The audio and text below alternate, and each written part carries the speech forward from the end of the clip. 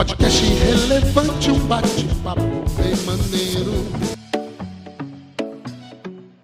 Bem, gente, nós, semana passada, vimos o livro de Mateus, né? E hoje nós vamos dar continuidade. O livro de Mateus, ele se refere Jesus ao que, gente? Quem lembra? Leão. E aí ele apresenta Jesus como rei. Agora nós estamos vendo o livro de Marcos. Ele apresenta qual é o animal que representa o livro de Marcos. Ali no livro de Ezequiel 10, eu acho, né? Que é o boi, né? E que representa servo. O boi é o nosso servo, né? Isto é, naquela região, naquela ocasião, o boi carregava as cangas, era um animal de tração. Então ele era um boi, era um servo.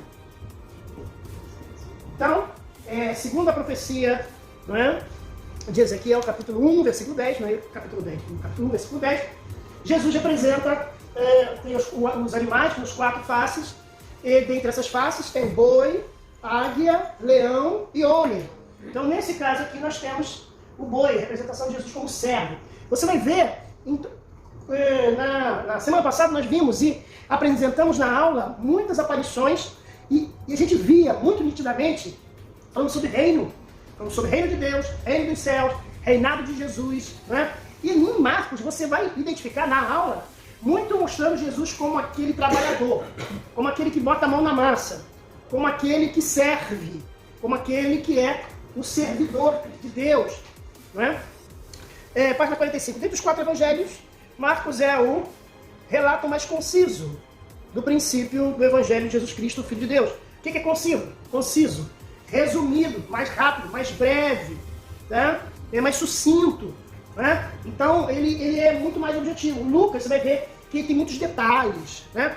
João já também tem uma outra característica. O João ele já é um livro mais espiritual, tanto é que ele representa Jesus, Filho de Deus, ou Jesus Deus, né?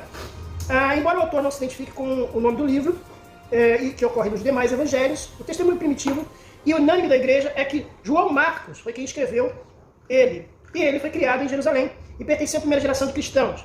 Teve a oportunidade ímpar de colaborar no ministério dos 3 apóstolos. Então nós temos aí o Marcos, né? Ele era um dos mais novos.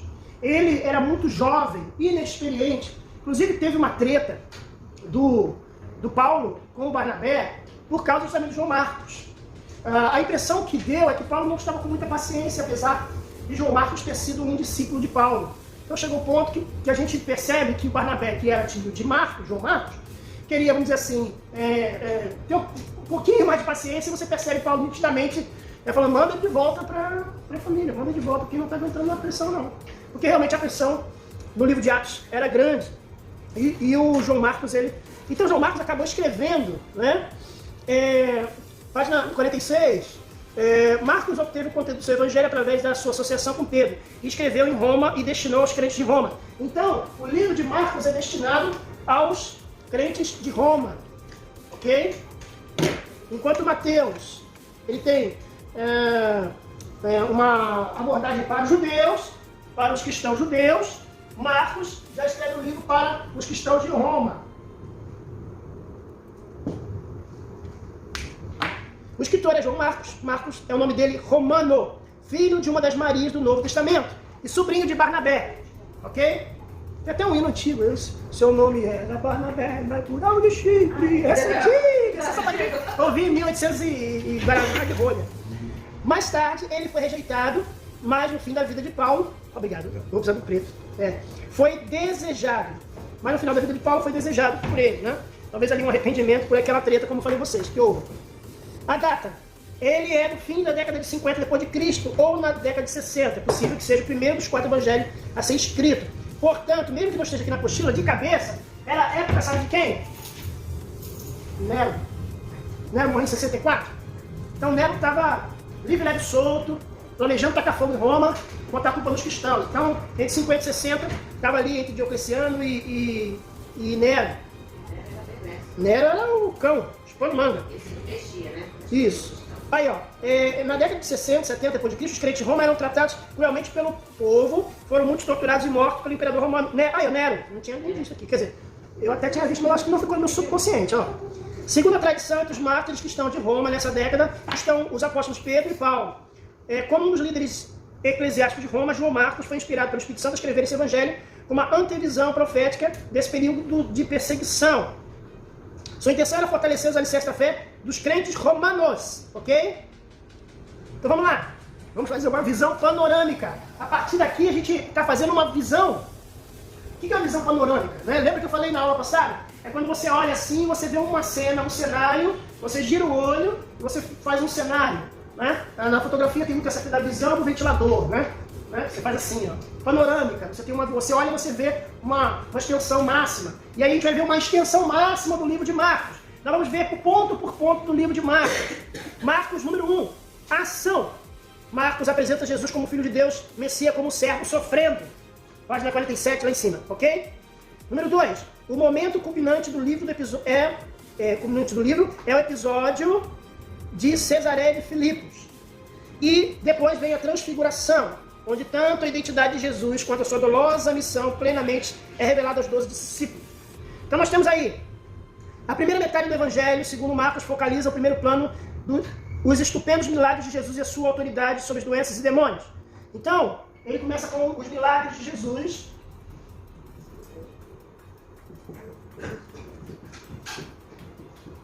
E aqui você vê uma característica interessante, que é ação, né? Ação, né? E sua autoridade sobre as doenças e demônios, como sinais que o reino de Deus estava próximo. Em Cesareia de Filipe, no entanto, Jesus declara abertamente aos seus discípulos que importava que o Filho do Homem morresse e que fosse rejeitado pelos anciãos, príncipes, sacerdotes, pelos escribas e que fosse morto, mas que depois de 3 dias ressuscitaria. Há numerosas referências em todo o livro de Marcos ao sofrimento com o preço do discipulado. Vamos lá, vamos ver as 4 características do livro de Marcos. Ok? Então, você tem o milagre de Jesus, mas eu quero ver as características.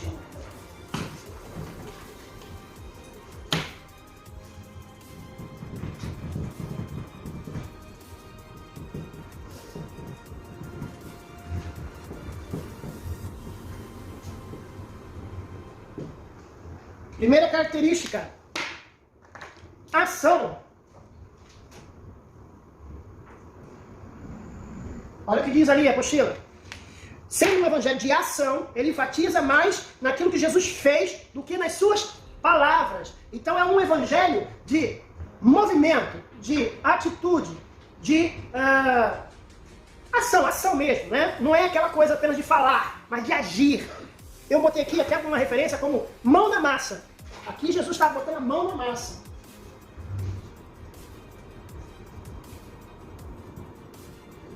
Tem muita gente que fica só nas palavras, né? Aqui Jesus está mostrando, fazendo milagres, expulsando demônios e apresentando as pessoas. Aí você tem aí, Marcos registra, por exemplo, 18 milagres de Jesus, mas somente 4 suas parábolas. Você vai ver que em outros livros, e até o Mateus nós falamos semana passada, tem muita parábola. Então tem muita explicação, tem muita orientação, tem muita pedagogia. E já Marcos é muito mais ação. Como número 2, explicação. Então, a primeira característica, ação. Segunda característica, explicação. Ou ensino. Como o Evangelho aos Romanos, ele explica os costumes judaicos, omite todas as genealogias judaicas, a narrativa do nascimento de Jesus, traduz as palavras aramaicas e emprega termos latinos. Então, olha que interessante. O livro de Mateus, como eu disse para vocês, ele faz o quê? Ele apresenta Jesus como rei, mas ele começa a falar numa linguagem que todo judeu iria reconhecer, ele iria identificar. Não é? Então, por exemplo, quando eu, por exemplo, eu sou uma pessoa muito pedagógica. Quando eu estou fazendo um vídeo, quando eu estou explicando alguma coisa, às vezes eu até sou chato. Porque eu vou falar alguma coisa, eu explico o que significa a palavra. Tem aquela preocupação que a pessoa possa não entender. Então isso chama-se pedagogia. O livro de Mateus, ele não tinha pedagogia. Ele saía falando termos em hebraico. Ele saía falando o que o judeu estava acostumado a ouvir. Rapaz, já no livro de Marcos, ele explica mais. Porque ele está se dirigindo a um pessoal, um outro povo, uma outra cultura. Então ele tinha vamos dizer assim, essa pedagogia, essa didática, né? Essa preocupação de ir explicando os termos judaicos, que o romano não estava acostumado. Então, é uma característica importante do livro de Marcos, que ele fica explicando, né, os romanos. Número 3. Marcos inicia o seu evangelho de forma repentina. Vê os eventos da vida de Jesus de modo sucinto e rápido, introduzindo episódios mediante o verbo grego que corresponde a imediatamente. Então, é prático e rápido. Então, a terceira característica é prático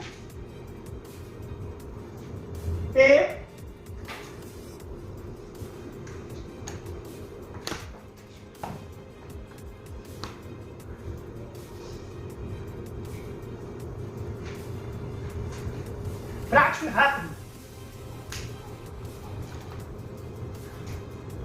O advérbio grego que ele utiliza é imediatamente. Isto é, ele não enrola, ele é mais objetivo, ele é mais sucinto, como eu disse antes.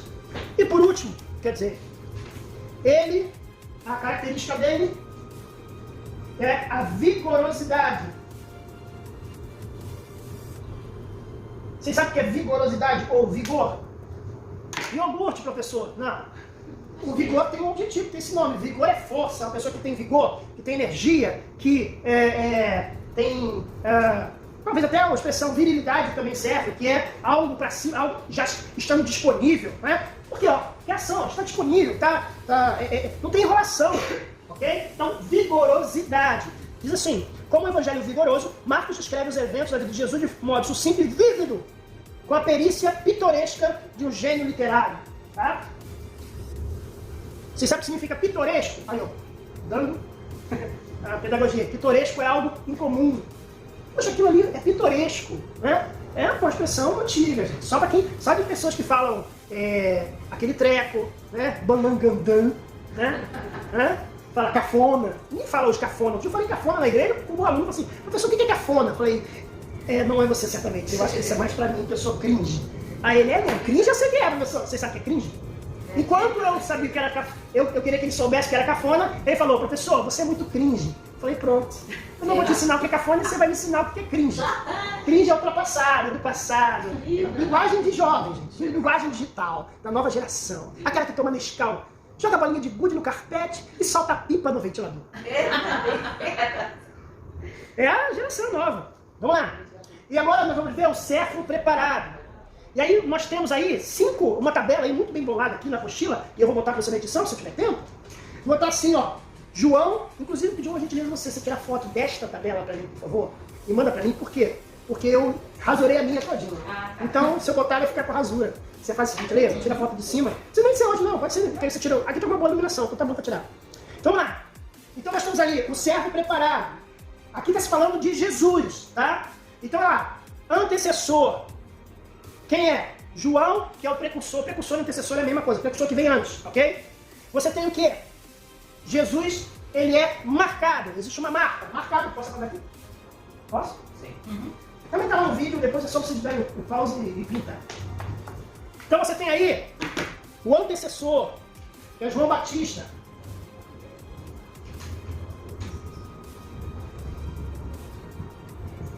Você tem o segundo, uma marca, que é pelo batismo. Você percebe uma coisa? Você percebe que no livro de Marcos não tem o nascimento de Jesus? Não tem. Nem João. Só Mateus e Lucas. Mateus, porque queria apresentar o nascimento do rei, e Lucas, porque Lucas é o repórter direto aqui de Jerusalém. Estou pegando uma entrevista aqui, como é que foi o nascimento de Jesus? Conta pra mim. É mais ou menos isso aí. Lucas era um repórter. Apesar de ser médico, mas ele ali atuou escrevendo o livro como um repórter, alguém que vê. Ele conversou com as testemunhas, né? Então, nesse caso, o livro de Marcos apresenta a segunda coisa. Primeiro, João vem e ele é batizado. Terceiro, ele é revestido, revestimento. Quem disse que Jesus não foi batizado com o Espírito Santo?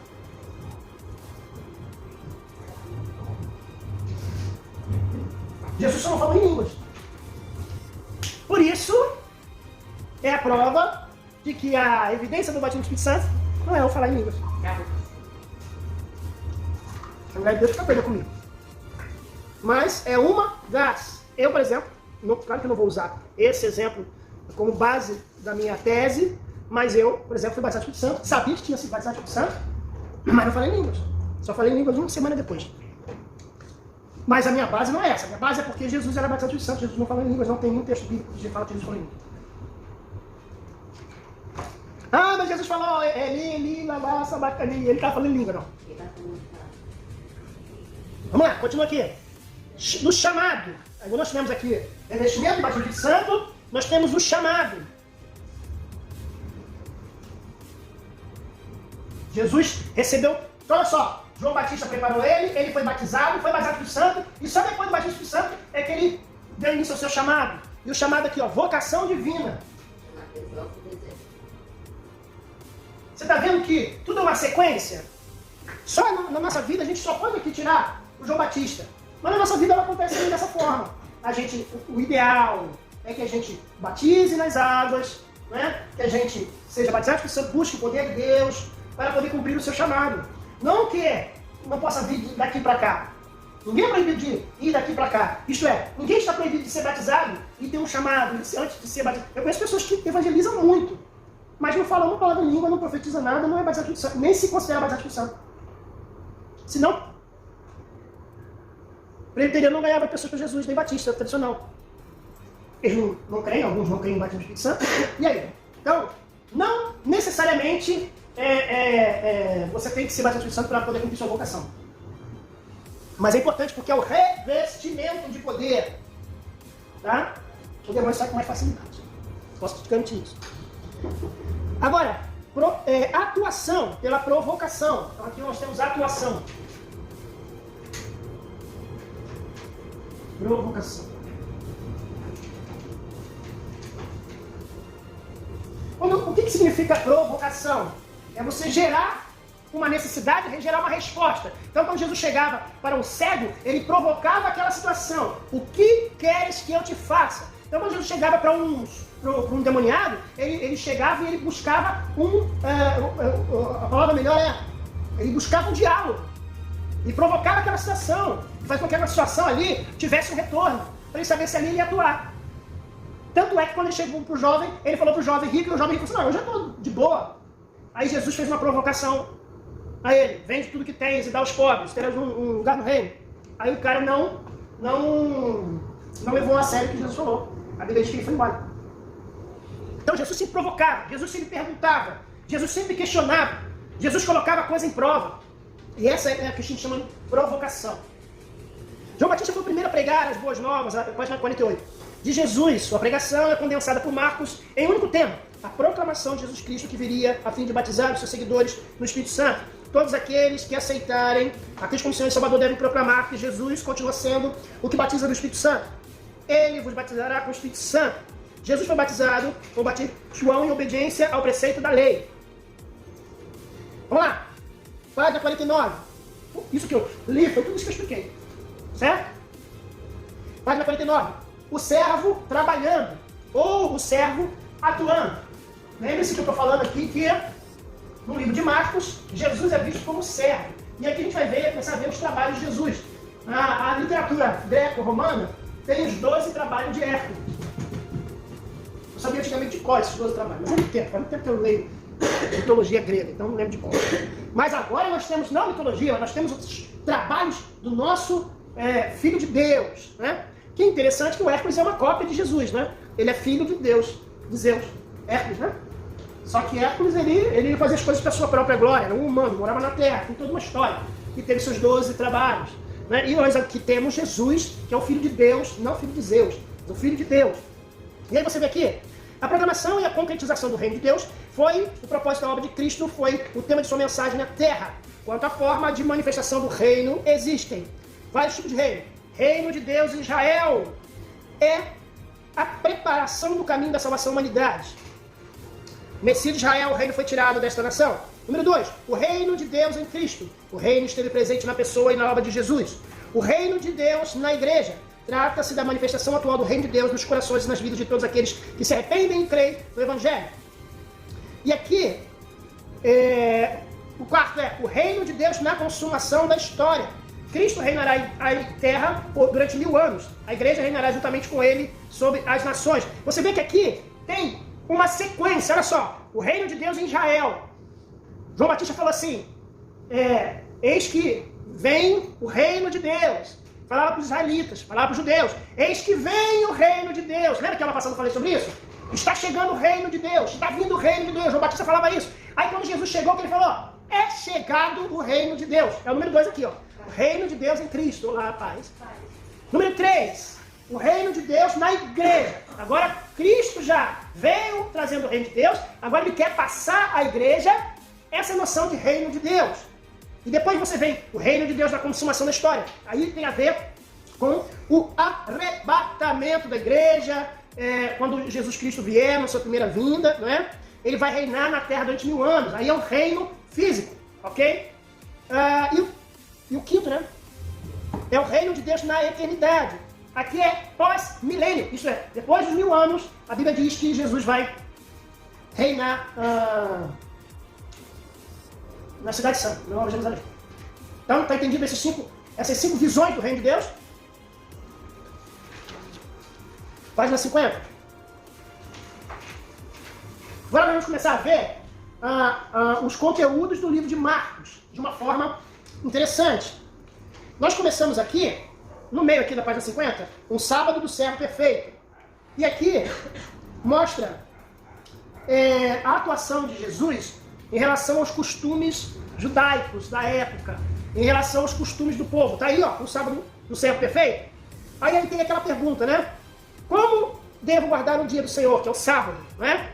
Ele, o que ele fez? Ele foi para a igreja, no caso a sinagoga, não é? Ele, quer dizer, ele participou, gente. Jesus, lembra que eu falei que o livro de Marcos, ele tem muito mais a ver com ação do que falação? Desculpa, essa palavra não é muito querida pelo português, mas é muito mais atitude do que falar. Então olha só, ele foi à igreja, ele participou do culto religioso dos judeus, tá? Ele passou um tempo na casa do seu amigo Pedro, então ele tinha amizades. Essa história de que eu acho importante, interessante, hoje em dia, eu vejo atitudes às vezes de muitos líderes espirituais que são muito diferentes de Jesus. Jesus era da galera. Ser da galera não significa participar do pecado.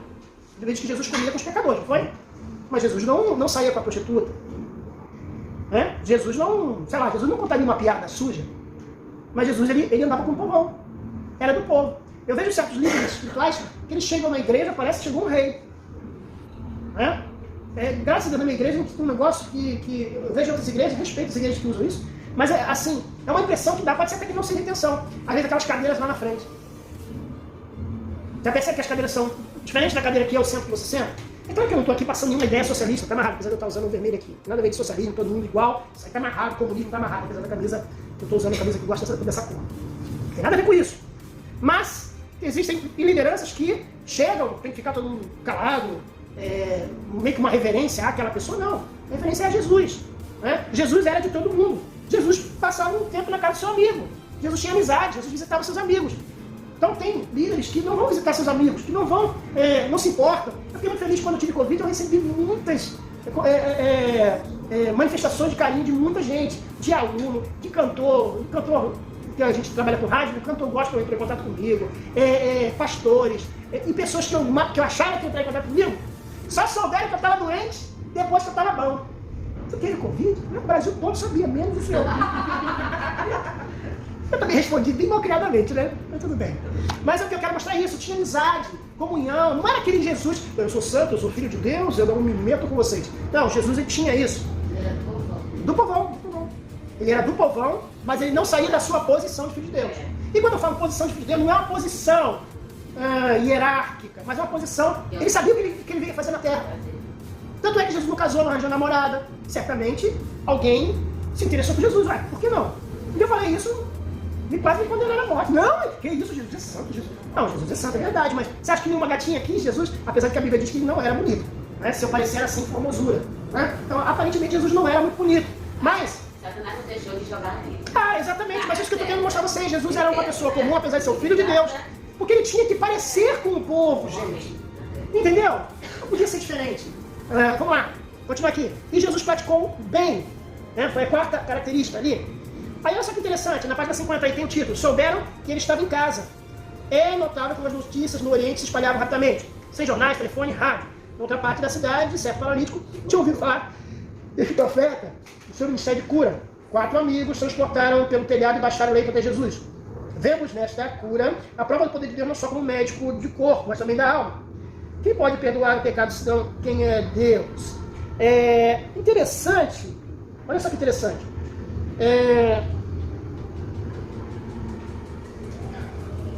Era que Jesus ele tinha um endereço próprio, ele tinha um lugar que você podia encontrar Jesus. Tem um homem lá, Nazaré. Isso é importante também, eu vejo muito isso, né?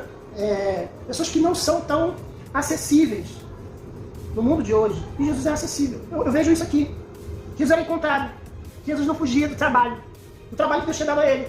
Ele era acessível. As pessoas podiam encontrar ele. Tem um homem ali e achavam ele com facilidade. Nós, como servos de Deus, como representantes de Cristo, temos que ser acessíveis. Às vezes eu não quero ser achado, não quero ser incomodado, não quero... E às vezes a gente tem um chamado para fazer um trabalho, e às vezes a gente deixa de atender o irmão, deixa de atender o telefone, deixa de ouvir. Tem um vídeo aí que a agenda tá cheia, né? Tá cheio, irmão. A gente consegue... Irmão, a gente consegue... Ó, vou te dizer uma coisa, a gente consegue marcar consulta no Inambos. Nem que existe um Inambos mais. Consegue marcar consulta em médico público. E não consegue, às vezes, marcar com um líder. Tem um detalhe, tem gente que nem tem mais... Oi, paz. Tem gente que não tem nem mais gabinete. Tem mais gabinete. Infelizmente, algumas lideranças, elas não querem trabalho. Não querem ter trabalho. Então isso é muito ruim. Ao mesmo tempo é legal você ter, por exemplo, o serviço de células. As igrejas que têm célula é muito importante, muito interessante. Mas também, o que a célula ela evita? Muito trabalho do pastor. É verdade. Por quê? Porque o cara da célula, são grupos menores, então eles estão com problemas, então ele vai ao líder da célula. Só que aí ao mesmo tempo tem uma coisa boa, ao mesmo tempo coisa ruim. O líder da célula não é pastor. Aí acontece o que aconteceu com um amigo meu que era líder de célula, ele começou a ouvir os problemas dos irmãos da célula e começou a pirar. Aí o pastor teve que fazer um trabalho com ele e explicar para ele, você não pode tratar esse tipo de pessoa, você não pode tratar esse tipo de problema, você tem que trazer para mim. Então, às vezes, essa questão de você fazer célula e você fazer essa coisa de reunir, se não for bem orientado, se não for bem pautado, o líder da célula passa a achar que é pastor. E aí, não sabe por que ele está com problema. Aí o líder da célula separou da mulher. O filho do líder da célula virou satanista. Não sei, eu estou mostrando vocês. Por quê? Porque o líder da célula não pode achar que é o pastor. Então, por isso que alguns pastores não estão botando gabinete, porque não precisa, tem o líder da célula. Ele está mais próximo do povo. Ele tem esse medo. Tem um pastor, bem conhecido, não vou falar o nome dele aqui. Ele foi fazer um gabinete, ele entrou uma irmã para falar com ele. Aí ele falou assim, oi irmã, pode entrar, senta aí, sentou no escritório, ela sentou. Aí ele sentou na mesa dele, aí ela falou assim, pastor, eu posso ir no banheiro rápido? Aí ele falou assim, pode, tem banheiro aqui privativo aqui, pode entrar aqui no banheiro. O pastor ficou esperando a irmã. Quando a irmã saiu do banheiro, a irmã saiu nua, para se oferecer para o pastor. Aí o pastor, muito crente mesmo, tomou uma atitude de homem. Secretária! Saiu correndo. A secretária foi lá, cobriu a moça e tal, e ele conseguiu fugir. Ele tem que fugir mesmo. Eu sou valente, eu vou enfrentar o Caio. Não tem jeito, é homem e é mulher. Então, ele fez isso. Sabe o que ele fez depois? Aí depois disso, ele fez? O gabinete dele tem vidro, o gabinete dele. Ele botou essa... Como é que é isso aqui, gente? Divisória. Botou divisória e botou vidro no gabinete. Então ele atende a pessoa, tem um vidro anti-som. Então, qualquer pessoa falando com ele e tal, aí ele tem um vidro lá. Pra justamente. E ele passou a dar gabinete com a esposa. Entendeu? Botou a vida e botou a esposa, acabou o problema. Né? Isso bem que é meio chato, né? Tava no gabinete com o pastor, né? Deu problema. Mas isso vai acontecer em qualquer igreja. Se a pessoa entrou no gabinete com o outro, já tem aquele burburinho. Mas na verdade, eu quero mostrar a vocês que tem que ser acessível, tem que estar disponível, como Jesus estava disponível aqui. Página 51. Jesus, os aspectos de Jesus, as ações de Jesus, poder expulsar demônios. A obra de Jesus era destruir as obras do diabo, libertar oprimidos de Satanás pelo pecado. Segundo, Jesus ensinou. Veja que o livro de Marcos, como eu já falei, ele tem menos parábola, menos ensino, menos histórias e mais ação, mas não deixa de ter. Teve aí 4 parábolas. Ilustração da vida cotidiana, revelando verdades.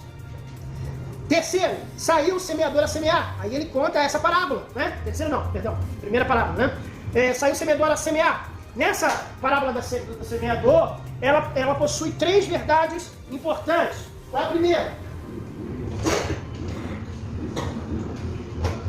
A primeira é: a conversão e a frutificação espiritual depende de como a pessoa se porta diante da palavra de Deus. Então, qual vai ser o resultado? A gente já vai ter uma prévia de qual pode ser o resultado quando você vai fazer um evangelismo. Se você vê que a pessoa não está nem aí, bem provável de que o seu trabalho vai ser ou mais difícil ou não vai adiantar nada. Número 2, haverá diferentes reações ante o evangelho. Então você está com a pessoa evangelizando, qual vai ser a reação da pessoa? Eu li um livro, na época do seminário, quando eu fiz seminário, em 92, 93, que ele chama-se O Corpo Fala. Quem já ouviu falar desse livro? Né? É um padre que escreveu esse livro, muito interessante. Então ele diz que certas posições, que a pessoa, posições corporais da pessoa, representam o que ela está sentindo ou a predisposição dela. Então, vamos dizer, se você está conversando com uma pessoa, e a pessoa está assim, para você, ou está com a coluna levemente inclinada para você, ela está te dando atenção. É uma teoria. Você está conversando com uma pessoa, a pessoa está assim. Provavelmente não está aceitando o que você está falando. Ela pode estar até com um sorriso, mas não adianta nada no braço. Está dizendo não. X é não. Está dizendo o seguinte: não aceito, não concordo. E tem um detalhe. Não traz. Não estou falando do Silvio Santos que faz assim. Eu estou falando dele. Eu estou falando da pessoa, você está falando com a pessoa está assim. Não aceitação, tentando fugir. Né? Então, esse livro ele fala justamente sobre isso. E aqui a gente vê que há diferentes reações ao evangelho. Um vai falar, aí ele mostra que as reações: uns ouvirão, mas não entenderão. Uns crerão e depois se desviarão. Uns perseverarão e frutificarão em diferentes proporções. Então ele mostra aqui que cada um vai ter uma reação. E aí ele fala primeiro: uns não vão ouvir, mas não vão entender nada. E o que é entender? É pegar o ponto. Por isso a gente não pode ficar pregando o evangelho difícil. Tentar prática. Jesus ele era simples. Ele falava, a pessoa já entendia. Né? O segundo: uns crerão, mas depois se desviarão. Tem muita pessoa que é assim, você prega para ela chora, ela se emociona, ela, Jesus, eu vou te seguir até a morte. E aí o que acontece? 5 dias depois ela está de novo no mundo. Não tem firmeza, né? Uns perseverarão e frutificarão em diferentes proporções. Aí sim, aí é a pessoa que tem um resultado bom, né? O seu trabalho, o seu evangelismo, a sua semente que se jogou, teve um bom efeito. E 3, os inimigos da palavra são Satanás, os cuidados desse mundo e as riquezas dos prazeres. Então você tem aqui, ó, Satã, você tem prazeres, e você tem, cadê aqui? Os inimigos, Satanás, né? Riqueza. Prazeres e riqueza.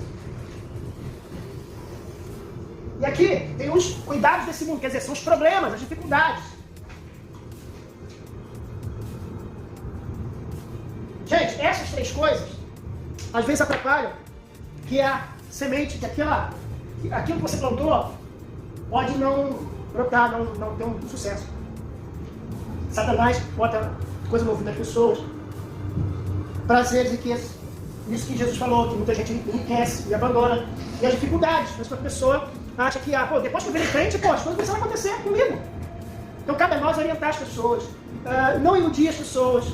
Não dizer para ela, vem para Jesus, porque essa frase que infelizmente é usada em algumas igrejas, né? Para de sofrer. Eu até entendo se for muito bem explicado, se o pastor sentar comigo. Meu amigo, para de sofrer, meu amigo. Minha amiga. Quer dizer, para de sofrer na mão do diabo. Eu até entendo que ele quer dizer isso. Mas quem lê na porta da igreja não vai entender isso. Vai achar que aceitou Jesus, vai parar de sofrer. Aí nesse que Jesus começa a sofrer. Peraí. Dificuldades. Aí não aguenta. Então a pessoa tem que ser prega real para ele.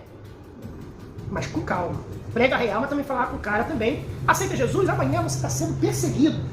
Não aceita Jesus, mas a vida com Cristo tem suas dificuldades. E você devagar vai orientando a pessoa, falando, olha, existem dificuldades, porque o mundo não aceita, os religiosos não aceitam, a sua família pode não aceitar, mas persevera, irmão, porque Deus vai ser com você. Não adianta essa pregação de que vem para Jesus e sua vida vai ser um mar de rosas, isso não existe. Você vai passar pelas tribulações, nem vai passar pelas tribulações como se fosse mar de rosa, não. Senão, crente não chorava, né? Crente não passava tribulação. Mas, aquele que passa pela tribulação, ele tem uma coisa que a Bíblia chama de esperança. esperança. E é nisso que você deve falar para o seu discípulo. É nisso que você deve falar para quem você está orientando. Você tem que ter esperança. Por quê? É só você ver o enterro do crente e o enterro daquele que não é crente. Não é?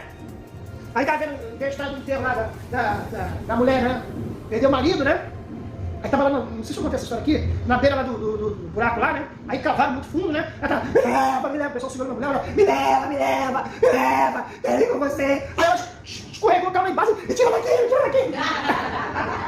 Peraí, não daria que levasse? Então, tem pessoas que são assim, né? E aí a gente tem que orientar as pessoas, a gente tem que sentar com as pessoas, ter paciência, porque não tem jeito, tem gente que é assim. Tem gente que é assim, olha só. Então, Satanás pode tentar, os prazeres e as riquezas podem tentar afastar, as dificuldades podem afastar. Lá embaixo, tira a palavra.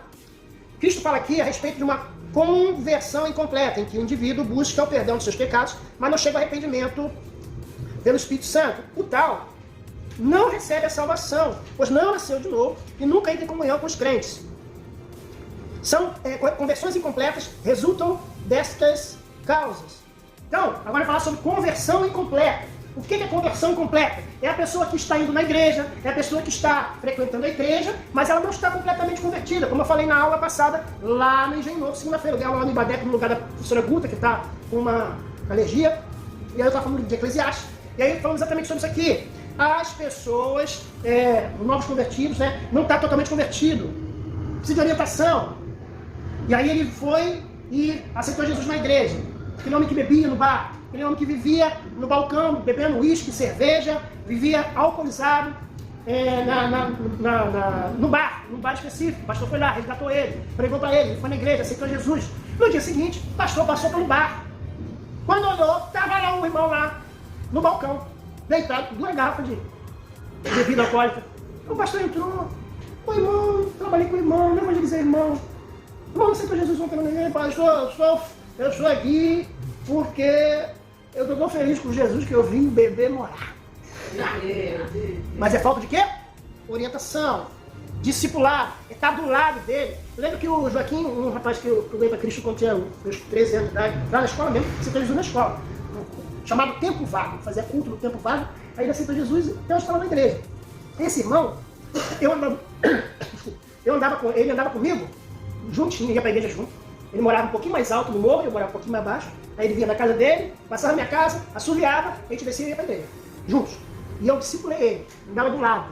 Discipulado é isso, andar do lado do seu discípulo. Você ligar para ele, hoje em dia você tem mais alternativas. Você tem o WhatsApp, você tem vídeo chamada, você pode também ir na casa da pessoa, você pode perguntar se ela está bem. Antigamente eu fiz uma camisa, muito tempo atrás, era ligue para falar de Jesus. Ligue para o seu irmão para falar de Jesus, liga para ele, eu vim fazer fofoca, liga para ele. Como é que você está, irmão? Como é que tá as coisas? Isso é importante, eu me senti importante quando me ligaram perguntando sobre como é que eu estava de saúde, me senti bem. Eu imagino um novo convertido. Então, hoje em dia, apesar de muitas igrejas, denominações, ideologias não incentivarem o discipulado, eu incentivo a todos nós. Escolha uma pessoa que você tenha, que você vai poder levar na igreja e trabalha com ela, que eu tenho certeza que vai ser bênção. Olha só, olha que interessante, conversões incompletas. Primeira coisa, a igreja trata rapidamente com o interessado sem lhe comunicar a compreensão correta do evangelho, suas exigências, que é aquilo que eu falei, não orienta, está impressa. Por isso que a gente vê aí muitos artistas que dizem que são gospel. Muitos cantores evangélicos viram pastor rapidinho. Mas que faz assim, ele virou pastor. Porque a pressa, a pessoa tem a pressa, aquele ali é artista, ele é conhecido. Ele é conhecido, ele vai ser bom para a igreja. Então vamos trabalhar a imagem dele. Pressa, isso é um problema sério. Conversão incompleta. Vou escrever aqui, ó. Para eu mesmo não esquecer, gente. Eu escrevo as coisas para não esquecer. A gente está falando de conversão incompleta. Então, conversão incompleta. Então você tem aqui, primeiro que ele fala, pressa. Não tenha pressa. O que gera uma conversão incompleta é você ter pressa que aquela pessoa seja igual a você. Ela não vai ser igual a você, ela não vai ler a mesma quantidade de livros da Bíblia que você, ela não vai orar igual a você, ela não vai ser igual a você ainda. Pode até ser que um dia ela seja, mas não precisa ter pressa. Jesus trabalha na vida dela. Não obriga ela a fazer as coisas que você faz.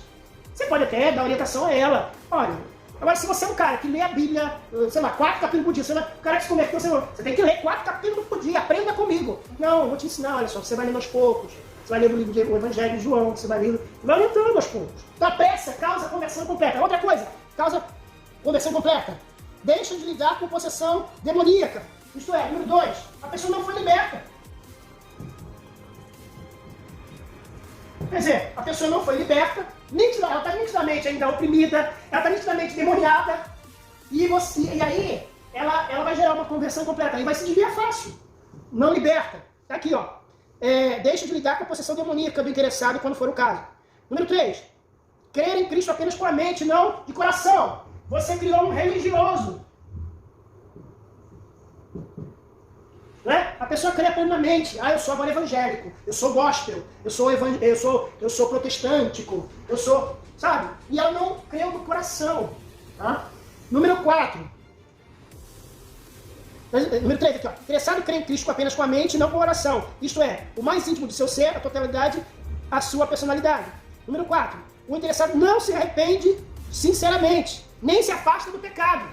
Então, não se arrepende.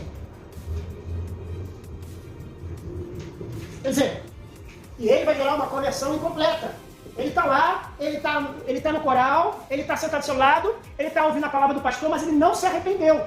É uma conversão incompleta, ele não se converteu de verdade. Ele só está ali como um religioso, como eu falei, ele virou um religioso. O interessado quer aceitar Cristo como Salvador, mas não como Senhor. Esse é o problema de conversão incompleta. Quer Jesus como Salvador. E aqui Salvador se refere ao seguinte: salvar das suas necessidades pessoais. Por isso que muitas pessoas estão indo na igreja, elas vão na igreja porque elas querem ser salvas de alguma coisa. Talvez até do inferno. Mas sabe o que esse Salvador aqui que se refere? Venha para Jesus porque você está desempregado, você vai conseguir emprego. Venha para Jesus que você está doente, você vai ser curado. Venha Jesus que aquele seu documento que está para sair lá do Detran, sei lá, vai sair, porque você vai buscar Jesus. E a pessoa vem para a igreja, uma conversão incompleta por causa de ser salvo de alguma coisa. Ele não quer Jesus como seu Senhor. Não quer Senhor. Isto é, quem manda na vida dele. Aí ele começa a ver que o Evangelho é o quê? Você tem que fazer isso. Aí ele se desvia. Por isso que é salvação completa. Ele só quer, como é que ele fala também? Venha a nós. Mas na hora de seja feita a sua vontade, até essa frase está errada, né? Como é que a pessoa fala? Só quer venha a nós ao seu reino, nada, não é isso? A frase correta seria, só quer venha a nós. Mas não quer, seja feita a sua vontade. Isso aqui, teologicamente falando, se a gente for teologizar essa frase, se a pessoa só quer, venha a nós o teu reino, mas não quer saber de seja feita a sua vontade. Então as pessoas querem só receber, mas não querem que Jesus seja Senhor. Por isso que aí esses artistas têm salvação, conversão completa. Porque não aguenta barra, não aguenta que tem que renunciar à vida. Eu fiz um podcast, quando eu falo fiz um podcast, eu tenho um grupo de debates, eu chamo assim quando eu falo fiz um podcast sobre essas conversões, pessoas que se convertem, quando chegam na igreja e vê que tem deveres para cumprir, me sentia muito preso, me sentia muito julgado.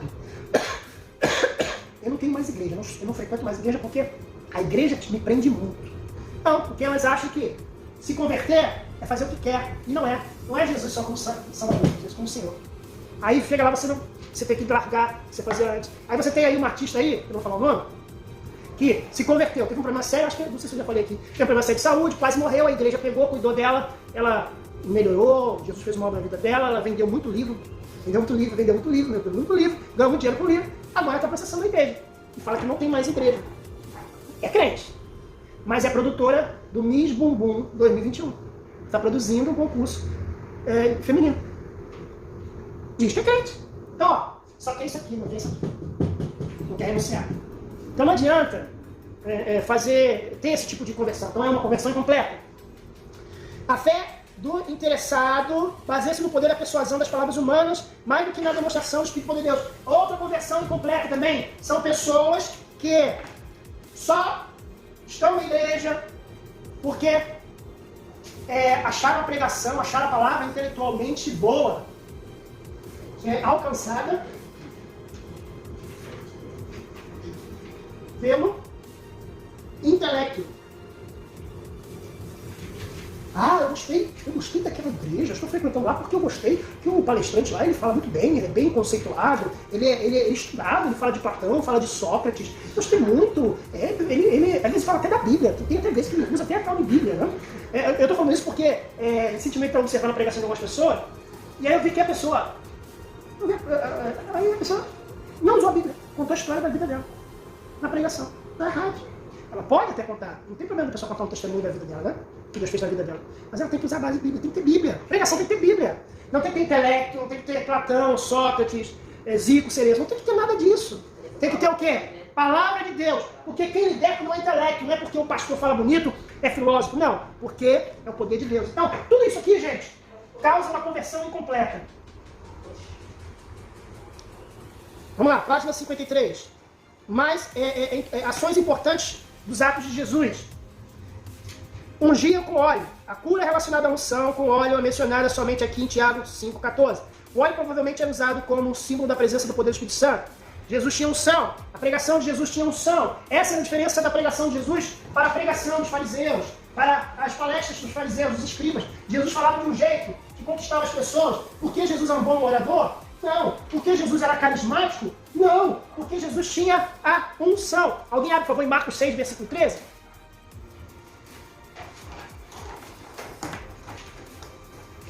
Eu acho que se a apostila, o conteúdo da apostila fosse um pouco mais enxugado, a gente podia ler mais a Bíblia, porque são muitas referências muito boas. E a gente tem 2 horas, nem 2 horas, né? Para dar, às vezes, 10, 12 páginas. É muito complicado, irmãos. Confesso aos irmãos que eu tento resumir o máximo possível e tento trazer o máximo possível a compreensão dos textos. Pode ler. Quem achou? E expulsavam muitos demônios e ungiam muitos enfermos com óleo e os curavam. Muito bem. Aí, ó, a atitude de ungir. Eles faziam isso. Os atos com unção. Segundo ato de Jesus, compaixão. Olha que lindo isso, compaixão. É Marcos 6,34. Quem achar aí? E Jesus saindo, viu uma grande multidão e teve compaixão deles, porque eram como ovelhas que não têm pastor, e começou a ensinar-lhes muitas coisas. Compaixão significa ter pena. Mas não é ter pena de humilhar, não é ter pena de rebaixar a pessoa. É compadecer-se dela. Pensa assim, caramba, essa pessoa precisa de ajuda. Vê que eles eram como ovelhas que não tinham pastor. Jesus não sei, elas estão abandonadas. Não tem quem cuide delas. Então, você tem que ungir, mas você tem que ter compaixão. Os fariseus aqui na página 53 no meio aqui, parágrafo do meio aqui. Os fariseus e os escribas cometiam o pecado do legalismo. O legalista substitui com palavras práticas externas as atitudes internas requeridas por Deus e oriundas do novo nascimento, operado por Deus e pelo Espírito Santo. Então, os fariseus, eles não tinham compaixão. Eles tinham interesse. Eles não faziam as coisas porque eles amavam. Eles não faziam as coisas porque eles queriam ganhar almas para Jesus. Interesse. Por que às vezes existem muitas pessoas que estão no meio evangélico, no meio gospel, né? E elas têm interesse? Mas muitas delas não têm interesse por almas, não, irmão. Eu estava conversando fazendo uma live com os cantores, com os compositores. Estava lá o compositor do Novo Som, o compositor do Semeando, o Rebanhão, da Banda Rara, o pessoal top. E aí eles estavam falando que a diferença de como eles trabalhavam na década de 80, na década de 90, é que eles faziam a coisa pelo amor a Deus. Isto é, tomaram banho em bica de água fria, dormia no chão, ia fazer trabalho nas igrejas, às vezes o pastor não deixava entrar para cantar, fazia um negócio assim. Eles contaram as histórias dele, depois vocês até quiserem ver no meu canal lá, as histórias assim, que eles passavam a evangelizar. Evangelizava na praia, fazia trabalho com os viciados, com os drogados, ia evangelizar, pegava a Bíblia, parava de cantar, pegava a Bíblia, começava a pregar. Pessoal da antiga. Né? Então a gente vê aqui que eles tinham o interesse deles. Eles mesmo falavam, nós tínhamos interesse em ganhar almas. A gente chegava na igreja, às vezes, a igreja não tinha dinheiro nem para ajudar na passagem. Mas a gente não deixava de ir. Eu fiz uma pergunta para um rapaz do Complexo J, que é uma banda de rock dos anos 90, eu falei para ele assim, conta uma experiência que você passou tal, nas igrejas. Ele falou assim, não, nas igrejas não terminava de cantar, nas igrejas, a gente ia conversar com as pessoas. Sentava conversar com as pessoas. Para ouvir as pessoas, a necessidade das pessoas. Hoje não é assim não. Os caras acabam de cantar e vão embora. E quando não chega atrasado. Meu pai, que não é fácil, foram cantar lá na igreja que meu pai era pastor, um grupo desses aí chegaram atrasados, chegaram uma hora e meia atrasado, meu pai só tá olhando, chegando, mandando aparelhagem, meu pai deixou de montar tudo. Aí meu pai pegou o microfone e falou, olha, meus irmãos, vocês não vão cantar hoje não. Vocês não vão cantar hoje. É um desrespeito que você está tendo com o culto. Vocês vão estar aqui no culto, vão fazer o culto, vocês vão voltar as coisas, vocês vão voltar aqui, não vão cobrar nada de novo, comprar CD nenhum, não vou comprar mais CD nenhum, vocês vão voltar aqui, vocês vão chegar no horário e vocês vão cantar e vão abençoar o povo. Eu não posso deixar, não vai fazer isso. E eles foram, tá? Passaram a vergonha. Então, qual é o interesse? É ganhar algo? É gravar CD? É gravar um vídeo no YouTube? É ficar famoso? É ter like? Hoje é o que dá dinheiro, né?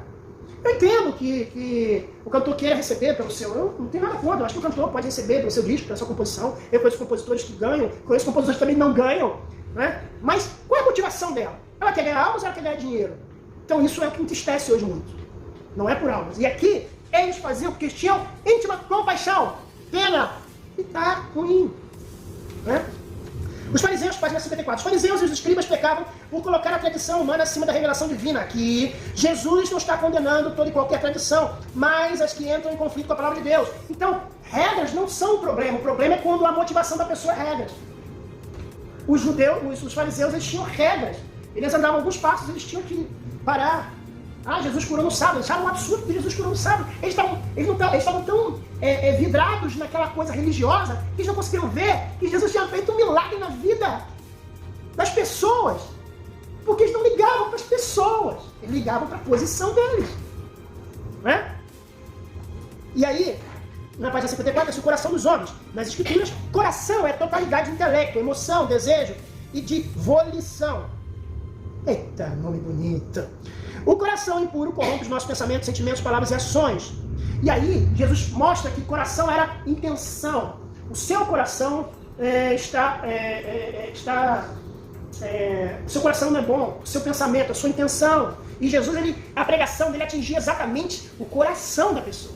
Lembra que eu escrevi aqui? Não o intelecto da pessoa, mas o coração lá dentro. Porque é de lá que vem os maus pensamentos. Aí ele mostra dois tipos de fermentos. O fermento dos fariseus eram suas tradições religiosas. E o fermento de Herodes era secularismo e mundanismo. Você tem dois tipos de fermentos. Aquele que é religioso, aquele que acha que tudo é doutrina, aquele que acha que tudo é pecado, aquele que vê defeito em todo mundo. Ele, na verdade, é um religioso. Ele tem compromisso com a obra de Deus. Ele tem compromisso com a denominação da igreja eclesiástica do 7º dígito. Meu compromisso é com a igreja, com as regras da igreja. Irmão, o irmão acabou de cometer um pecado. Isso aqui, ó, na página 32, no versículo 3, no versículo 2. Aqui, o irmão fez isso. Quer cumprir regras, quer cumprir... mas ele não tem a essência, que é o que eu falei, que é o quê? Que nós lemos aqui? Compaixão. Ele quer cumprir regras. E aí, o fermento fariseu era isso. Tradições religiosas, cumprir regras, mas não era fazer a coisa da verdade. Já no caso de Herodes, é mundanismo e secularismo. O que é secularismo? É interesse por coisas seculares, coisas do mundo. Não interesse por coisas de Deus. Vamos lá, página, pula, não vou corrigir hoje não, tá? Apesar do que eu fiz aqui. Vamos lá, o servo rejeitado. Aqui, nós temos frases de Jesus que nós vamos fazer leituras e fazer observações muito breves. Primeiro, toma sua cruz e siga-me. Aqui significa o quê? Sofrimento e renúncia. Jesus falou, vocês têm que tomar uma atitude. Segundo, aquele que se envergonhar de mim e das minhas palavras. Tá? Nessa geração má, ao invés de seguirem a Cristo e seus padrões de justiça, são rejeitados por ele na sua segunda vinda. Isto é, aqueles que rejeitam a palavra de Deus, aqueles que se envergonham, aqueles que não têm coragem de dizer que eu sou crente no trabalho, na faculdade. Aliás, na minha faculdade, a primeira coisa que eu fiz, claro que eu não fiz, surgiu uma oportunidade e eu falei, sou gospel, não sou evangélico. Eu gosto. Essa foi ótima. E depois sofri pra caramba, os professores por causa disso. 3. Tudo é possível que crê. Outra frase de um servo que foi rejeitado. Tudo não se refere a tudo que possamos imaginar. A oração da fé deve basear-se na vontade de Deus. Isso é importante. Tudo é possível que crê. Eu já vi pregações e Jesus fala assim, pedireis tudo o que quiseres, não é isso? Será feito. Isso às vezes é mal ensinado. O tudo nem sempre é tudo. Eu quero que o marido daquela mulher morra para eu ficar com ela. Então é tudo? Não é tudo.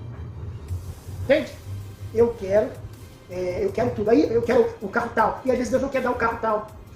O Marcos Nascimento, eu só posso dizer porque é público, o Marcos Nascimento, quando ele, no auge, né, dos discos dele, que foi um dos cantores que mais gravou discos e CDs no Brasil. Mais entrou em estúdio e gravou. Esse álbum. Mais gravou álbuns. Quando fala em álbum, é lançamento. Mesmo até às vezes que as músicas repetiam, mas ele gravou muito, então ganhou muito dinheiro. Então no auge dele, ele falou que ele tinha 5 carros. Aí ele disse que Deus mandou ele dar alguns carros para algumas pessoas. Olha só que interessante. Aí ele foi dando os carros para os irmãos que ele achou que precisavam. Teve um que ele foi dar o carro, e aí Deus falou com ele assim, não dá carro para eles. Aí Deus falou para ele, duramente com a palavra, ao que dá, será dado, e a quem dá, será tirado. Aí ele perguntou a Deus, por que eu não posso dar um carro para esse irmão? Eu dei para tantos irmãos, abençoei tantos irmãos. Ele ficou sem carro. Aí Deus falou para ele, aquele ali, se ele receber esse carro, ele vai se desviar. Deus falou para ele. Então tem pessoas que não podem enriquecer não. Se ela enriquecer, ela se desvia. Essa é a verdade. Então, tudo é possível que crê, nem tudo, irmãos. Se não tiver dentro da vontade de Deus, nem tudo que você crê você vai ter. Porque às vezes aquilo ali vai fazer você se afastar.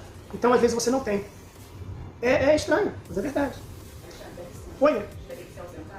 Tá bom, depois você vê o vídeo, tá? Vamos lá. Vai com Jesus te proteja. Oração e jejum. Consagração e vida com Deus. Olha que interessante. Jesus não está dizendo aqui que para expulsar demônio, Jesus fala, é aquele versículo que Jesus fala, né? Que esse demônio não sai, senão que haja jejum e oração, não é? Ali não está falando que para cada demônio que você vai expulsar, você vai ter que fazer um jejum e oração. Senão, como é que ia ser? Apareceu um demoniado na igreja, e aí, você jejuou? Você jejuou? Não, ninguém jejuou não. Então, tira o demônio. Então esse demônio aí vai ficar por aí. Aqui, Jesus está falando o seguinte, é consagração. A gente tem que estar em consagração. Vai para o culto, esteja preparado. Teve uma vez que o pastor, ligaram para ele às 3 da manhã, e ele acordou, e ele sempre foi disponível de estar nos lugares. Aí uma irmã falou assim, pastor, vem aqui, a vizinha aqui tem endemoniada, pastor. Aí ele falou assim, mas irmã, são 3 da manhã. Eu falei, não, ele não tem endemoniada aqui. Ele se vestiu, saiu de São Cristóvão, subiu o Borel, chegou lá em cima na casa da família, e a irmã estava esperando ele, e já era 4 da manhã, e ele chegou, e chegou lá, eram 4, 5 pessoas endemoniadas. Ele falou, mas como pessoas de demônio assim? Aí ele começou a orar. Aí a irmã que ligou pra ele falou assim, pastor, expulsa aí. Ele falou, não, expulsa aí não, mano, vem aqui, você vai expulsar também o demônio aqui, em nome de Jesus. Ele falou, não, pastor, eu tô desviado. Não, você vai voltar pra Jesus agora. Você tá desviada, você vem aqui, peça perdão a Deus. Senhor, eu peço perdão. Pastor, eu tô com uma cigarra, repreende, joga fora esse cigarra, repreende, peça perdão a Deus, você vai me ajudar agora. E aí aconteceu, irmãos, ela foi e pediu perdão a Deus e expulsaram aquele demônio. O que ele está mostrando aqui? É importante que você tenha oração e jejum. Mas o demônio tem que sair com oração, com jejum sem jejum. Ele tem que sair. Então Jesus não está querendo uma regra aqui, só expulsa o demônio se fizer jejum. Não, ele está falando que se você jejuar, jejum aqui, se refere a você estar sempre em consagração, você buscar sempre, você ter um dia de jejum, né? E você está sempre em consagração. Senão ninguém poderia jejuar, né? Ninguém poderia expulsar demônio, né? Aqui, se os discípulos tivessem uma vida de oração e jejum como Jesus, poderiam ter resolvido esse caso. Isto é, se eles não tivessem já uma vida, por isso que Jesus se zangou com eles. Porque eles queriam o status de estar do lado de Jesus. Mas não queriam o ônus. Não queriam o ônus, que é a dificuldade de estar. Né? Eles queriam o bônus. Eu estou com Jesus, aqui tirando o ônus, estou com Jesus, Mas estar com Jesus tem responsabilidades. Olha aí. Página 59. Como uma criança, receber o reino de Deus como uma criança significa recebê-lo de maneira singela, humilde, confiante, sincera. E é isso, Jesus aqui está mostrando que nós temos que ter o coração como de uma criança, né? Que você brinca, e a criança brinca, briga, se bate, chora, fez isso, daqui a pouco está lá de novo. Sinceridade, inocência, né? A criança faz com carinho, é lindo, né? Não é? Pois é assim. Receba 100 vezes tanto. Recompensas prometidas nesse versículo não devem ser entendidas literalmente. Está dizendo o seguinte, você vai receber em abundância, não tem um número específico, senão a gente vai ficar querendo receber 100 vezes mais de tudo que a gente desse. Vem real, Jesus, eu quero receber 100 reais. Isso pode acontecer? Pode, mas não é uma regra. Bendito o que vem em nome do Senhor. Posteriormente, a multidão, né, isso está se referindo à multidão, né, que disse, né, que Jesus vinha, bendito aquele que vem em nome do Senhor. Eles não compreendiam o propósito de Jesus sobre a vida no mundo. A multidão gritava, a mesma multidão que disse bendito é o nome do Senhor, gritava crucificam, ao perceber que ele não era o Messias que eles esperavam. Então essa frase aqui, bendito ao que vem, mostra que existem pessoas que têm interesses. Quando Jesus entrou em Jerusalém, né, vestindo aquele montado no jumento, as pessoas achavam que Jesus ia libertar os judeus dos romanos. Mas Jesus não veio libertar o corpo, ele veio libertar a alma das pessoas. E eles não entenderam. Por isso que eles disseram crucificam. Porque viram que ele ele não veio com o interesse que eu queria. Né? Eu não sei se eu falei aqui, eu falei na outra turma, eu tô dando aula, tanto que às vezes eu falo, eu peço desculpa se eu já falei aqui. Mas existem teólogos que acreditam que Judas fazia parte do bando de Barrabás. Tá? Então, por quê? Porque Judas ele tinha interesses que não eram o reino de Deus. Ele tinha toda uma coisa de revolucionária. Né? Isso não pega esse perfume, vem de dar aos pobres, meio socialista. Né? Posso dizer que Judas, se ele fosse naquela época, ele seria o quê?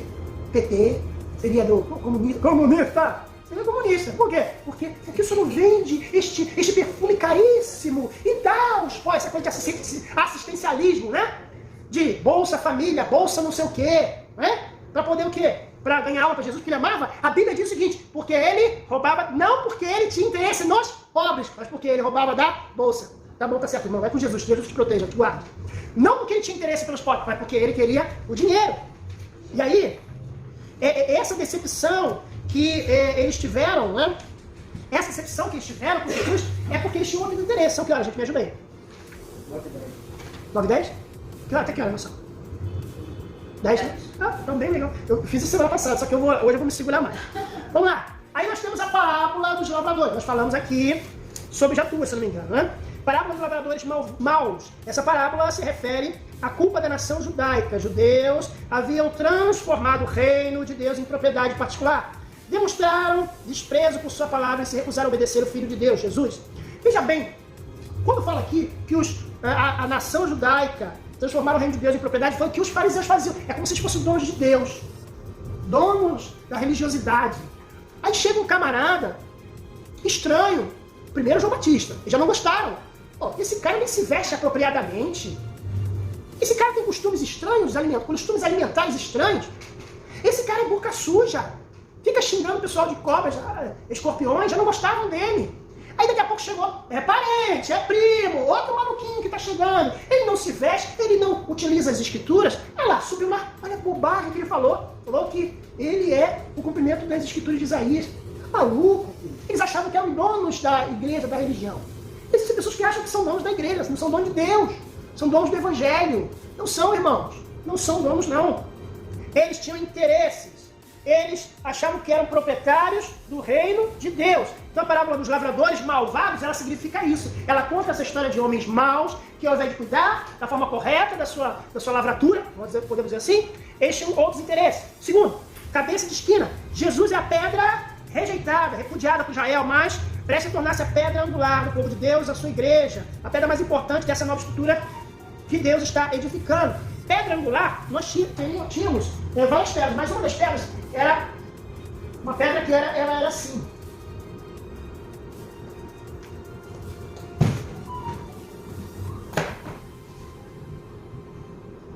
Uma pedra inteira assim, e que ela era importante na construção, porque ela segurava, apoiava as outras pedras quando ia fazer uma casa. Da mesma forma como o romano fazia as suas aquelas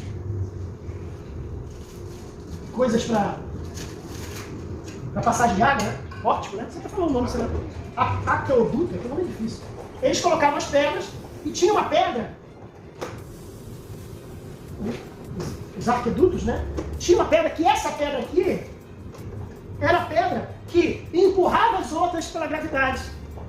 Ele colocava essa pedra não tinha cola. Como se fosse a chave, né? Se você tirar essa pedra, cai tudo. Cai tudo, ela que firmava toda a base. Então Jesus ele usou esse exemplo para dizer que ele era a pedra principal. Ele é a pedra mais importante. Isto é, ele é a pedra que sustenta todo o sistema. Tirou ele, o sistema cai. Por isso que o sistema, a igreja não funciona sem Cristo. Sem a pedra angular.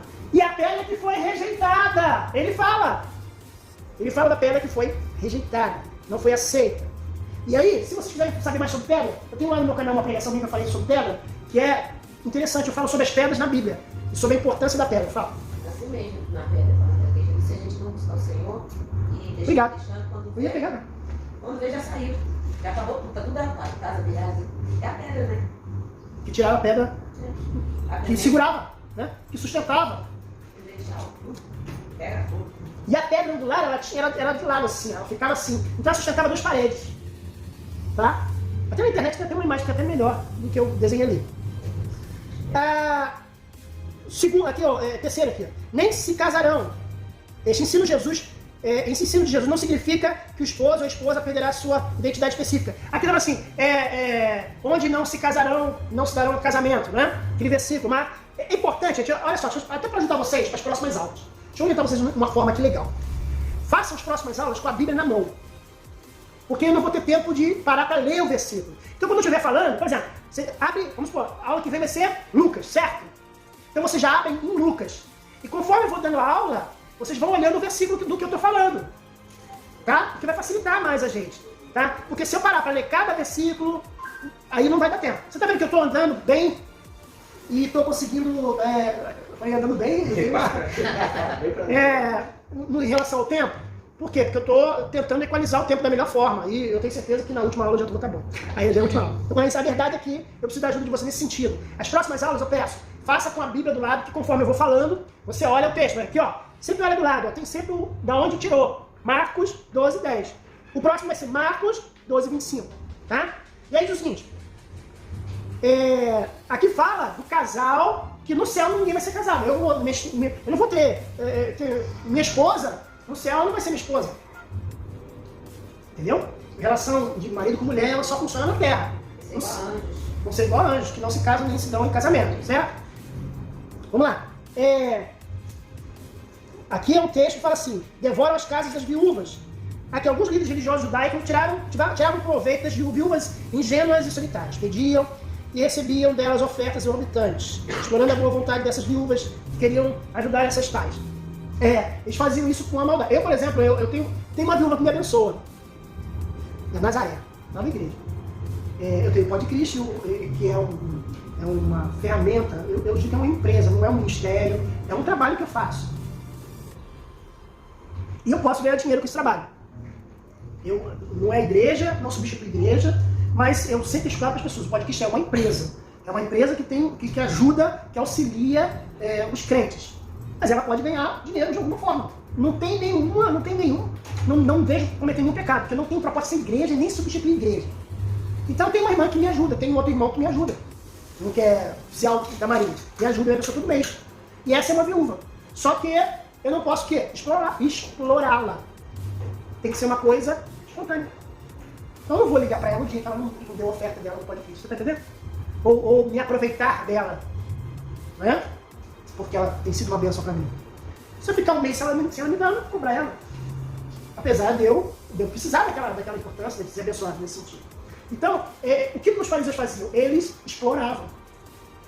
Eles exploravam as viúvas. Eles chegavam na casa da viúva, contavam uma historinha triste, a viúva ia lá dar um dinheiro para eles. Entende? Fazia aquilo como uma... Não tinha interesse de abençoar a viúva, eles queriam o dinheiro delas.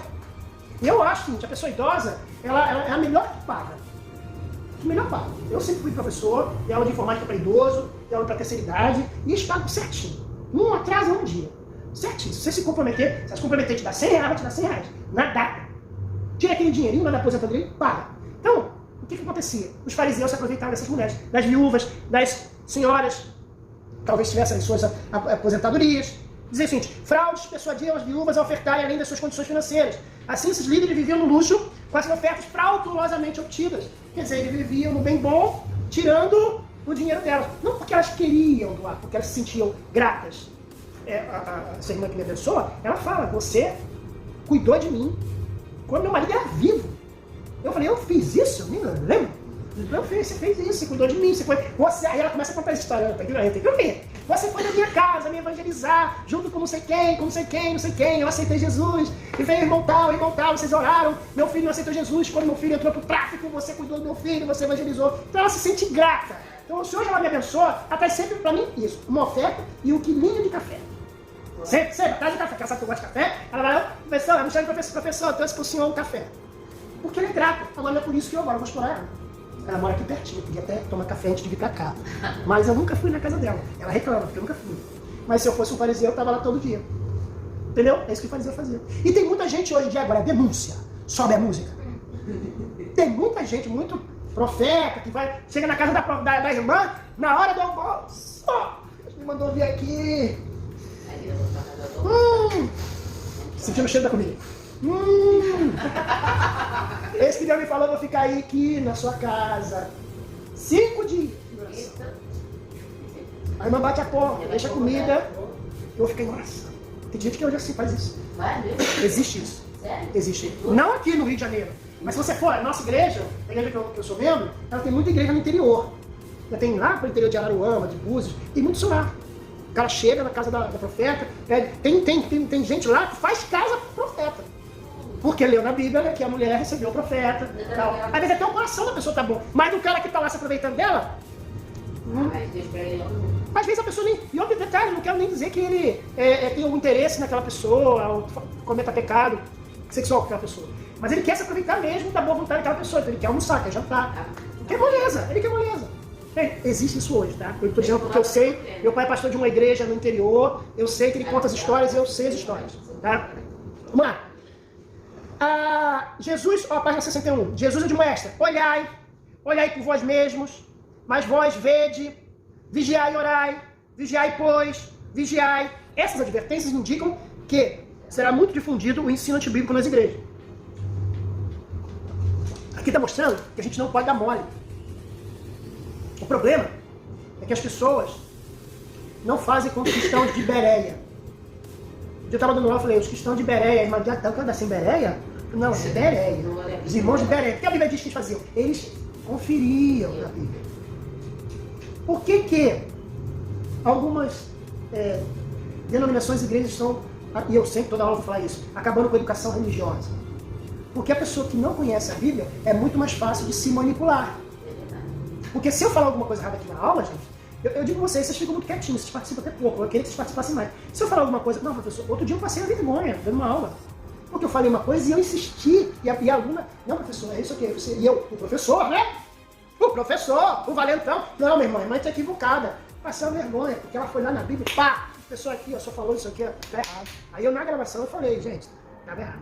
Eu insisti, peço desculpa, irmã, peço desculpa vocês que estão vendo o vídeo. Peguei e corrigi, porque eu insisti na minha cabeça e eu estava errado.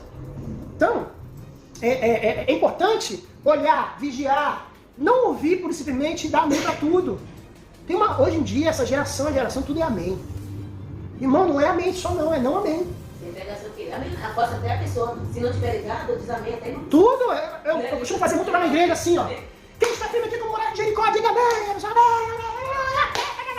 irmão, o morar de Jericó caiu. Você está firme. E aí fica selada de Jericó em casa, trai, aí depois. Não presta atenção, diz amém pra tudo. Eu estava fazendo uma crítica construtiva na última aula que eu dei. Eu falei: essa geração, ela não aceita crítica. Não aceita que você diga que não tá bom ainda, que está no caminho bom porque você tem desejo de pregar. Mas outro dia o camarada pregou que a gente deve ser como Saul. Pô, pelo amor de Deus, vai ser como Saul, gente. Saul só fez besteira. A outra pregou, não usou a Bíblia. Então, essa geração, e no final o pessoal fala: foi bênção. Não foi bênção, irmão. Mas é para incentivar o irmão. Incentive o irmão, sentando para o seu irmão. É bênção o seu desejo de pregar. É bênção o seu desejo de ajudar. Mas a irmã falou errado. Mas o irmão falou errado. Não é assim. Aí fica com medo de magoar o irmão ou a irmã. Aí o que faz? Foi bênção. Não, irmão, nem sempre foi bênção. Você também tem que ter sabedoria e dizer que também não vai dizer que foi uma porcaria. Pensa ruim, isso aqui. Às vezes a pessoa tenta, tá no sentido: como é que você vai ensinar que Saul, quem tem que aprender Saul, não tem que aprender nada, irmão? Não, irmão, olha só. Irmão, cometeu equívoco na sua mensagem. Vamos sentar aqui, vamos ver o que o irmão tentou mostrar. Tá? Isso aqui, irmão, tem que ser como Davi. Tem que ser como Samuel. Ser como Saul não dá, irmão. Mas o problema é que as pessoas têm medo de falar porque vai magoar o coraçãozinho feito de floco de neve. Entende? Então, essa coisa do politicamente correto, ela atrapalha, gente. Deixando claro que isso também não justifica de você ser grosseiro, ser grosso e ignorante com a pessoa. Tenha carinho e explique. Mas não, deixa passar. Tá errado, tá errado. Não diz que foi bênção. Tá bom? Não diz que foi bênção. É bênção o seu desejo de querer ajudar. Mas o que você disse está errado. Vamos ver na Bíblia. A abominação do assolamento. A declaração de Jesus pode referir-se profeticamente tanto à invasão de Jerusalém pelos romanos, quando então o templo foi destruído. Isso é uma prefiguração profética. Jesus está falando que Jerusalém ia ser invadido. No ano 70, o rei Tito invadiu Jerusalém e queimou tudo. Por isso que você não tem o templo de Salomão ou o templo de Herodes, porque foi tudo saqueado, tinha muito ouro. Então, houveram muitas invasões ali em Jerusalém. Nas Cruzadas teve invasão, teve invasão de Tito, teve várias invasões dos otomanos, teve várias, então muito ouro foi roubado. Por isso que lá em Jerusalém não tem nenhum templo, já percebeu? Tem só a Mesquita de Omar, que é lá em cima, que é aquele domo bonito de ouro, né, que é dos muçulmanos, aquela construção, já viu em Jerusalém? Tem um domo lindo de ouro, aquelas fotos de Jerusalém, aquilo não é judeu não, aquilo é árabe. Ali que eles acreditam que Maomé ascendeu aos céus, subiu aos céus. Então, era para ter um templo ali. Mas aqui Jesus está falando que ia acontecer isso. Aqui é uma profecia de Jesus sobre a abominação do assolamento. 61, lá embaixo. Se à tarde, à meia-noite, se ao cantar do galo, ou se pela manhã. Cristo afirma que a sua volta para buscar os seus santos pode ocorrer por 4 ocasiões possíveis. À tarde, à meia-noite, ao cantar do galo e pela manhã. Então, nos 4, Jesus pode voltar a qualquer hora. É isso que ele está falando. A qualquer momento. Ô, professor, É de repente. Fala. tira uma coisa daí. Tira, meu irmão, se eu souber. Cantar do galo, falando, é um animal ou algum aparelho? Cantar do galo você fica de Na manhã. Bíblia. Oi? Na Bíblia, quando Jesus falou assim para Pedro que entregaria ele. Ah, tá. Isso é legal. Isso é curioso. Isso é legal. Eu quero saber. Tá. Se é o galo, animal ou alguma coisa, instrumento que Isso é muito importante você ter falado isso. Isso aí é algo muito curioso e interessante. Há 2 possibilidades. Uma possibilidade realmente é um galo mesmo, um animal. Antes que o galo cante 3 vezes, né? Você negará 3 vezes, não é isso? Então pode ser sim um animal, né? 3 possibilidades, tá? Vou falar aqui 3. A primeira é essa, um animal que naquele momento que ele negasse, ia ter naquela hora um animal que ia cantar. 3 vezes. Segunda possibilidade, era um conceito. Antes que o galho cante 3 vezes, você vai me negar. Isto é tipo um despertador seu. É um conceito, não é um galo de verdade. Então você já fala assim, vou acordar com as galinhas. Já falou essa expressão? Você tem galinha na sua casa? Então pode ser uma expressão idiomática. Tá?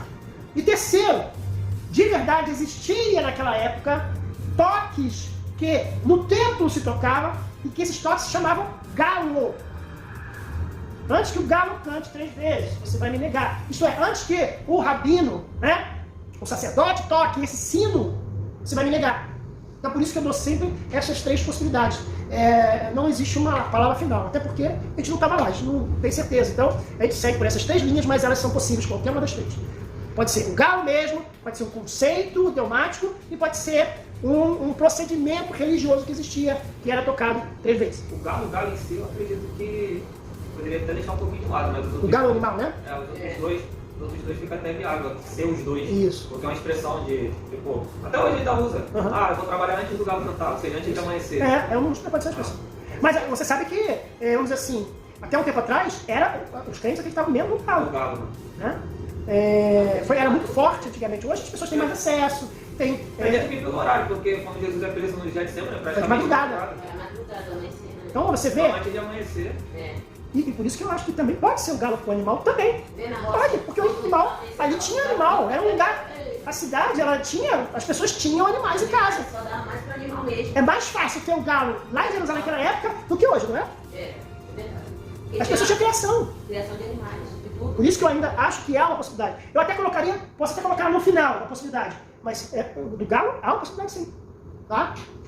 Vamos lá. Por isso que eu digo, a teologia, gente, ela não é uma coisa só.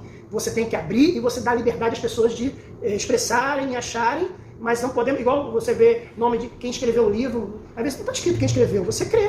O livro de Eclesiastes foi Salomão que escreveu? Aí você vai procurar, não tem um versículo que fala que foi Salomão. Mas tudo indica que foi Salomão.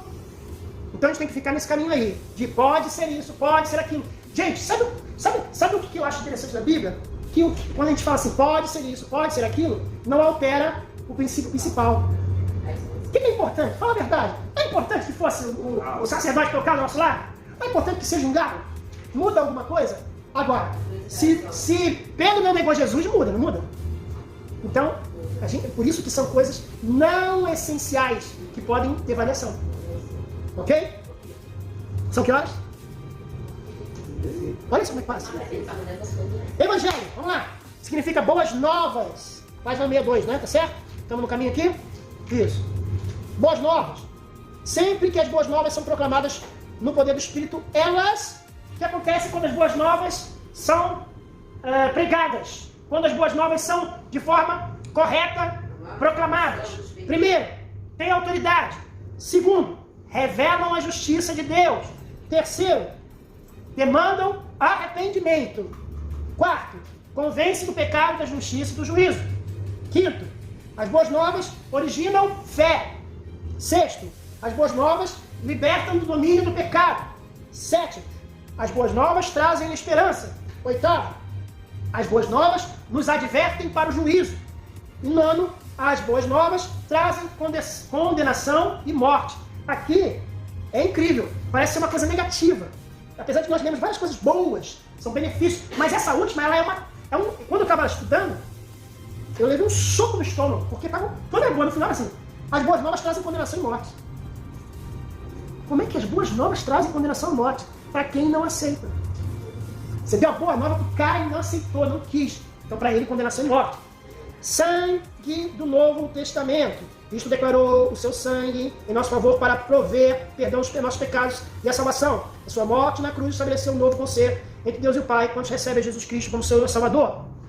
Aqui fala da importância do sangue de Jesus, com comparação do sangue de animais. Né? Jesus ele tinha essa formatação, né? A pessoa de Jesus ela tinha esse simbolismo. Vigiar por 1 hora. Aqui fala sobre a negligência dos apóstolos, discípulos, de não ter vigiado. Vocês não vigiaram nem um pouco, vocês já dormiram. Se fosse algo mais interessante, vocês não iam dormir. Se fosse do interesse de vocês, não iam dormir. Eu chamei vocês aqui para vocês aprenderem aqui como é que faz a parada. Está acontecendo coisas maravilhosas, eu estou batendo um papo com Moisés e Elias, vocês estão dormindo? Aqui não é acampamento não, meu irmão. Jesus aqui chama a atenção. Deitando, todos fugiram. Nunca devemos comparar o fracasso de Pedro e dos outros discípulos quando Jesus foi preso, com os fracassos espirituais e morais dos pastores ou dos líderes depois da morte e ressurreição de Cristo. Isso se baseia nas seguintes razões. Número 1, Pedro não pertencia ao novo concerto. Jesus ainda não tinha morrido, então o novo concerto não estava. O novo concerto ele só ia passar a valer depois da morte e ressurreição de Jesus. Tipo assim, tem uma eleição e o cara ganha. Ganhou, mas não levou ainda. Só começa em janeiro, não é assim? O prefeito ganha. Foi eleito prefeito X. Só vai começar a valer o governo dele quando? No ano seguinte. A mesma coisa. Jesus veio, trouxe o reino de Deus, isto é, trouxe o conhecimento da terra, o reino de Deus, trouxe um valor espiritual, mas certas coisas só iriam funcionar depois da morte dele, porque ele precisava morrer. Era importante a morte de Jesus. Ela tinha que acontecer. Tá? Vamos lá. Pedro e os discípulos não pertenciam ao novo concerto, que só entrou em vigor quando Cristo derramou seu sangue na cruz. Número 2. Pedro e seus discípulos não tinham ainda experimentado o novo nascimento. Por isso que Pedro negou Jesus. Isso aí. Entendeu aí? Pegou o ponto? Depois que Jesus derramou seu sangue, ele houve um arrependimento. E qual foi o sinal que Pedro demonstrou do arrependimento dele? Chorou amargamente. Foi diferente de Judas Carioca. O que ele fez? Se matou. E foi que ele teve o remorso. Obrigado. Isso mesmo. 3. Quando Pedro e os outros discípulos abandonaram a Cristo, não tinha a vantagem de que quem está consciente do significado moral da morte expiatória de Cristo na cruz. Eles não tinham o Espírito Santo dentro deles. Então eles não tinham essa sensibilidade que hoje nós temos. Nós cometemos pecado, nós nos sentimos mal. Nós cometemos pecado e alguma voz fala no nosso ouvido, não é? Porque nós temos o Espírito Santo. Quando a gente era do mundo, a gente não tinha essa voz muito forte na gente, não. Fazer as coisas é normal. Quando você fala, chega para alguém que não conhece Jesus e fala sobre virgindade, as moças. Fala sobre não ser desonesto, e aí às vezes a pessoa, uma mentirinha branca, não tem a mentirinha branca? Mas o crente não, se ele comete aquela mentira, aquilo fica dentro dele, falando, você mentiu. É o Espírito Santo. Então, isso é importante. Depois da morte de Jesus, do derramamento de sangue de Jesus, as coisas mudaram. Como receberam o rei? A princípio deram boas-vindas porque achavam que ele libertasse do jugo de Roma. Eu já falei sobre isso aqui. Então eles se decepcionaram. E aí nós temos 5 atos. Eu vou fazer aqui bem resumido, pra gente terminar até lá mais cedo. Não sei se vai ser isso, mas olha só que interessante. Como eles receberam o rei? Primeiro, decepção. Jesus entra em Jerusalém, sentado no burrinho. Aí, eles se decepcionaram porque eles acharam que Jesus ia ser o rei dos judeus. Se decepcionaram. E aí o que aconteceu? Página 64, lá em cima. Depois vem a história sempre triste da traição por um discípulo. Então aí o que aconteceu? Houve uma traição, né, contra Jesus. Jesus foi morto, Jesus ressuscitou, e depois Jesus foi exaltado, servo exaltado. Depois que o servo deu a vida e resgate por muitos, ele disse, todo poder me é dado no céu e na terra. Ele foi exaltado ali, está dizendo o seguinte, Eu estou sendo exaltado agora depois de ter morrido, ter sofrido e ressuscitei. E agora, 4, né? Legado. Jesus passou para os discípulos o seu legado. Olha o que ele diz aqui. Pegarem serpentes, beber veneno não deve se transformar num ritual de ordalho, a fim de comprovar, não me pergunte o que é, a nossa espiritualidade. São promessas para crentes que enfrentam semelhantes perigos a serviço de Cristo. É pecado testar a Deus, arriscando-se sem necessidade, expondo-se em perigos e perseguições. Então aqui Jesus, ele entrou em Jerusalém, foi traído, foi morto, foi exaltado por Deus na sua ressurreição, e depois ele passou o legado para os seus discípulos. Passou adiante a missão. E por último, a sua coroação. Último parágrafo. Finalmente, ele foi recebido ao céu para sentar-se à destra de Deus. Aquele que assumiu a forma de servo é agora exaltado. Ele está num lugar de glória intercedendo sempre por nós, é o nosso advogado. Então, aqui no final, podemos numerar recepção, traição, exaltação, legado e coroação. Amém? Obrigado, gente. Vamos orar para terminar. Que horas é essa? 45. Que legal. O orvalho está aqui como provação extrema Calvário. Olha, obrigado. Foi rápido negativo. Façam isso mesmo, gente.